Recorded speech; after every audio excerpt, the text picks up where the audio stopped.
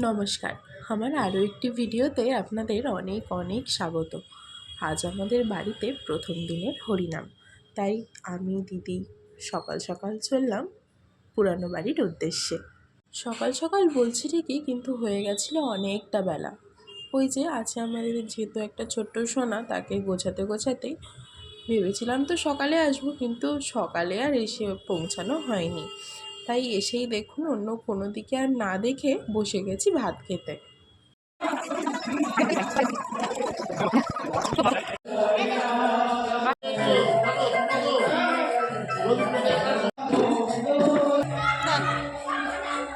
হরিনাম শুরু হতে এখনো বেশ অনেকখানি সময় বাকি, কিন্তু চারিদিকে দেখেছেন লোকজন কেমন ভর্তি। আর এদিকে এনার অবস্থা দেখুন, চোখ খুলে রাখতে পারছে না, কিন্তু ইনি ঘুমাবেনও না। আমাদের এখানে হরিনামের এই নিয়ম যে যে দলই নামুক না কেন হরিনামের জন্য প্রথমে আমাদের পাড়ার যে মন্দির আছে সেখানে গিয়ে প্রণাম করে আসতে হয়। তো সেখানেই চললাম আমরা সবাই মিলে প্রণাম করতে।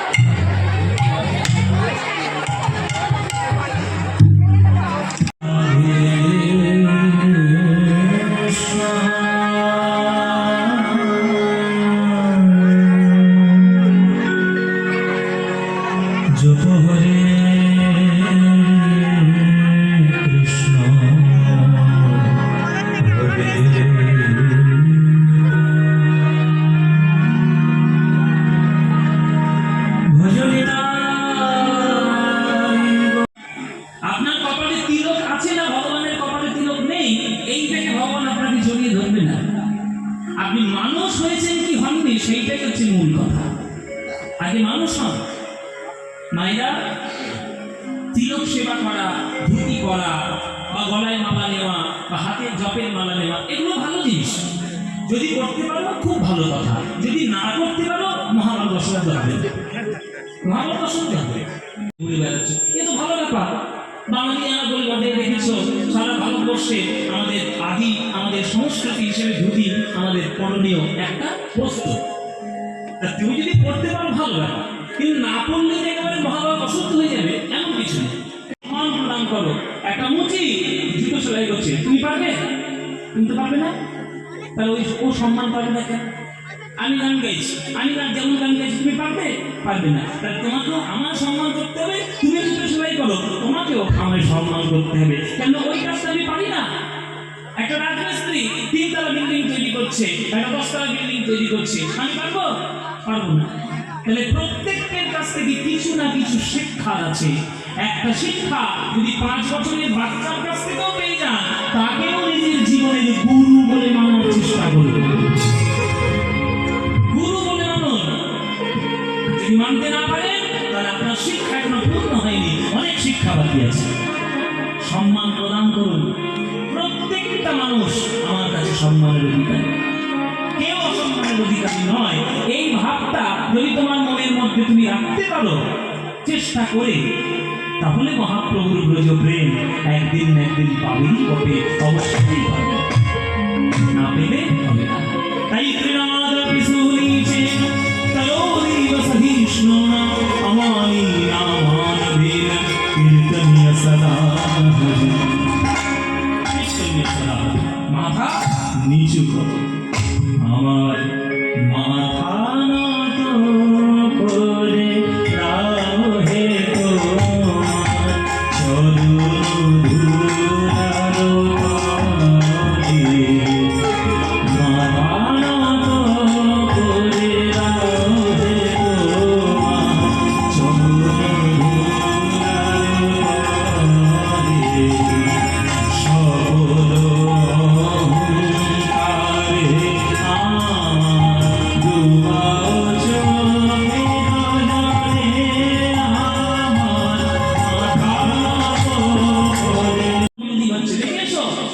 একটা বিল্ডিং এর অনেকগুলো তলা, 40 তলা, 45 তলা, 50 তলা, খোঁজ নিয়ে দেখো নিচে কত গভীর মজবুত ভিত দেওয়া হয়েছে, নইলে বিল্ডিংটা দাঁড়াবে? জীবনের ভিত হচ্ছে প্রণাম করা, শ্রদ্ধা করা, ভক্তি করা, জ্ঞান, বিবেক, বুদ্ধি। বাচ্চাদের শেখান, যখন গান শোনাবেন শুনে তাদেরকে শিক্ষা দেবেন, তবেই সেই ছেলেটা বড় হবে, তবে সেই ছেলের জন্য আপনার গর্বে বুক ভরে উঠবে, আমার ছেলে তো, আমার ছেলে, এটা বুক ভরে উঠবে। নইলে আপনাকে ছেলে যদি পাড়া লোকেরা ঠাকিয়ে চর মেরে চলে যায়, বাবা মা হিসেবে আপনার ভালো থাকবে? উঁচু করতে শেখান, মাথা নত করে দাও হে তোমার চরণ ধুলার তলে, সকল হে আমার ডুবাও চোখে জলে আমার, মাথা নত করে দাও হে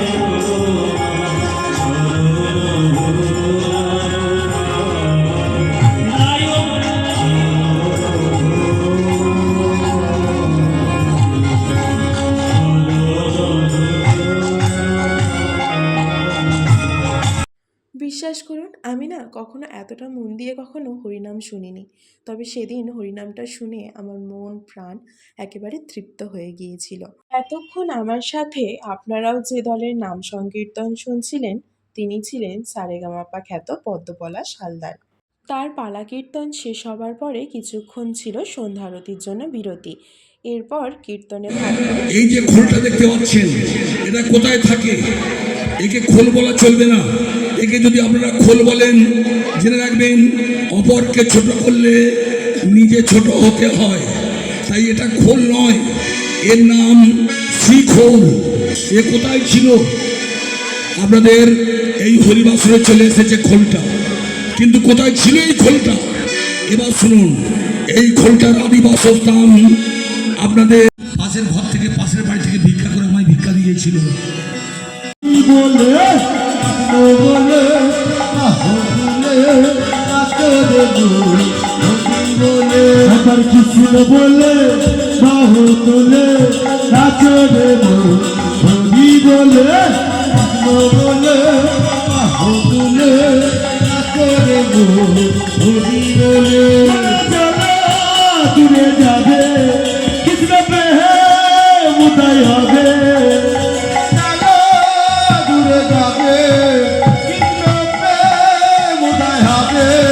তোরা আয় আয় আয় আয় আয় আমার ভাই, তোরা চল চল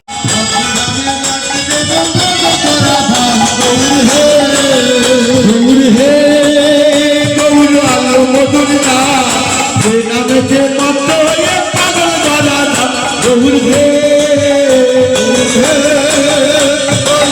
মধুর না, যে নামেছে মত হয়ে পাগল দুনিয়া, গৌর হে।